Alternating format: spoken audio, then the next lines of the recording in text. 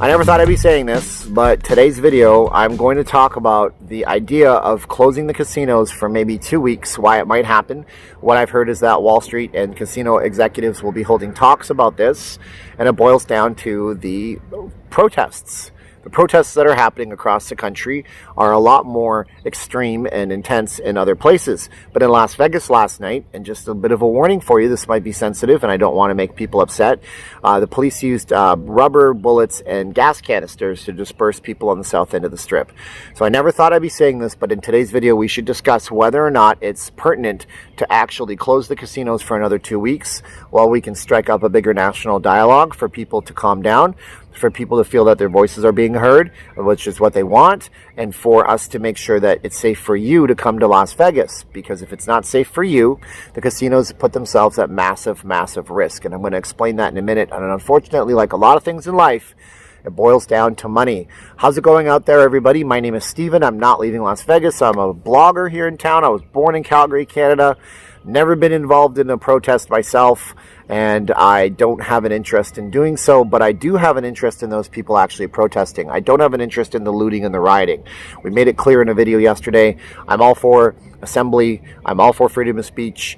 But the people who are smashing things are just criminals. And we'll get to why they will exist in Las Vegas if these continue on as well. Hit the bell for the notifications and subscribe to the channel if you could. Hit a comment below. Do you think it's better to keep it closed for a few weeks in light of what we've seen? I know we all want to come here. Or do you think we're just going to open it up and it doesn't bother you? And you can tell me, maybe you want to tell me towards the end of the video. Maybe you want to tell me right now. If you guys want to support the videos I do every single morning, and then the live streams I do in the evening, and then you guys want to support that and make that grow, you can head on over to Patreon, be in the credits of the video, see stuff I don't usually post up. I post photos, little videos, little blog posts and entries in text over there. No other place on social media. Hit up Vegas Face Mask with no S at the end.com. You can see that on the screen right here. The only 2 masks you'll ever need, designer fashion masks, handmade by my wife, right here in Las Vegas, Nevada, US of A. And it's a great deal. And also the Teespring store for merchandise, and that's where we're talking about. So we have to talk about the casinos, liabilities for them, make sure you're safe, make sure that everybody's happy in Las Vegas. It's a complicated situation that we're going to unpack. I know I'm doing air quotes because everybody says that on blogs and videos and stuff like that. But we really do have to talk about it. Now, these photos, like I mentioned, it might really bother you to see these. I saw these in the review journal today. These photos are just like crazy photos. They're ridiculous. And it's not ridiculous that people are protesting. I got to say that again so you don't dislike the video and call me some sort of racist. I don't mind people protesting. I just mind people protesting and then the looters and the rioters that are the bad people inside getting into those protests, which leads us into our first point. If these continue to go on, there's always going to be bad people protesting. There's going to be bad people looting and rioting. There's going to be good people protesting. They're going to hold their signs up. They're going to yell as loud as they can to make changes in the world. Martin Luther King, he had a rule. He said to his followers and his people and his supporters, no matter how hard they come at you, you're never to use violence. Because the minute that you use violence, you open yourself up to be as bad as them. That's what it's not his quote, but that was the idea of what it was. You can't do that kind of thing. And Martin Luther King enacted massive change on the world. Mahatma Gandhi in India led protests in India, a country of over 1 billion people. Wasn't as many at the time, but he did it in a peaceful way. So you can use peaceful protests in order to enact change. That's what these folks ultimately want to do. But then you have the people that come into town and ruin it. It's the same guy that comes into Vegas and knows that you're not paying attention and your phone's in your back pocket, so he bumps into you by accident and steals your phone. But now that guy is going into a giant chaotic situation that's really organized chaos in a way, and he's smashing a window and stealing things and putting people in harm's way. And if anybody tries to stop him, what do you think he's going to do? You think he's going to use his extreme amount of adrenaline, his entire endocrine system is pumped up?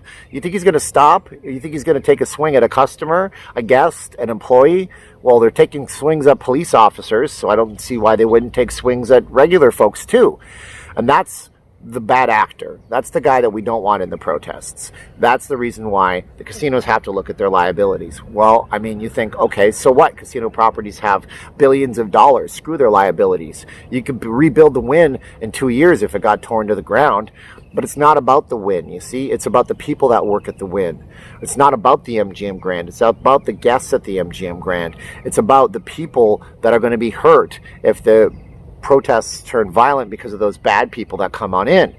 Which leads us to our next question. Is it worth risking opening up on June 4th? I want to be on the Strip on June 4th. I've been planning on it. I've been talking about it on my live streams. I've been really excited for it. I've been smiling every single time I see a new marquee open up and it shows that the show is going to be opened, as MGM likes to say. And I've been anticipating it because it means that all these folks, maybe not in this neighborhood, but a lot of folks that work in the casino industry close to the Strip, they're finally going back to work. There's just a lot of people that don't work in the casinos around here. There's a lot of retired people around here. But they're going to go back to work. They're going to get their jobs back. They're going to get their livelihoods back. They're going to feel better about themselves. That's positive.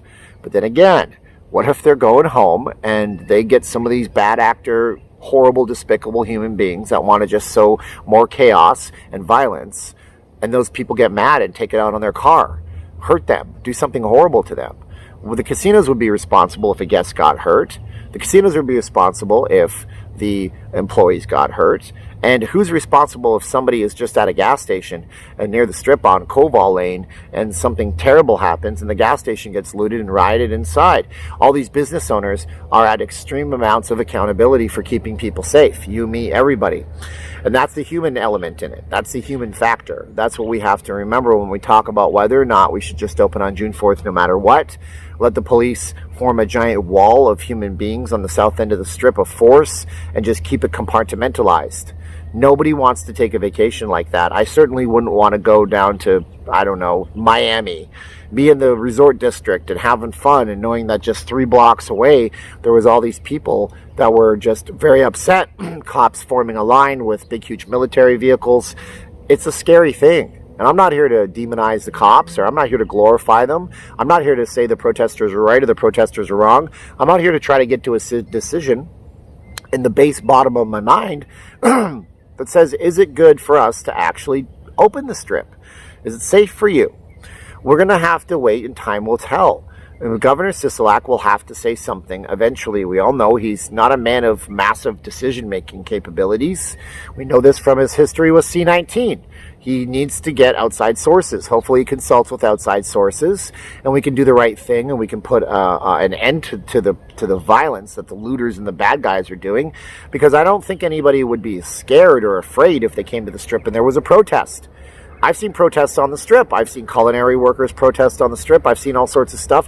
The Strip is largely a private entity at this point. There's not a lot of public sidewalk left, hence the reason why the Bellagio was able to shoo me away when I filmed a video in front of there. That was ridiculous, but they have every ability to do that. But it gets violent, and that's why we have to take a look at whether or not it's responsible to actually open it up. So that will be on you. I'm not telling you to cancel your trip to Las Vegas. I surely hope you don't, but if you do, maybe it's for your own safety and maybe it's for your own health.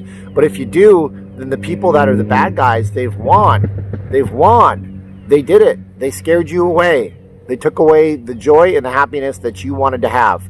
Because I will leave you with this right now. It's not me saying this. This is an old Anthony Robbins quote. You can feel significant in negative ways, or you can feel significant in positive ways.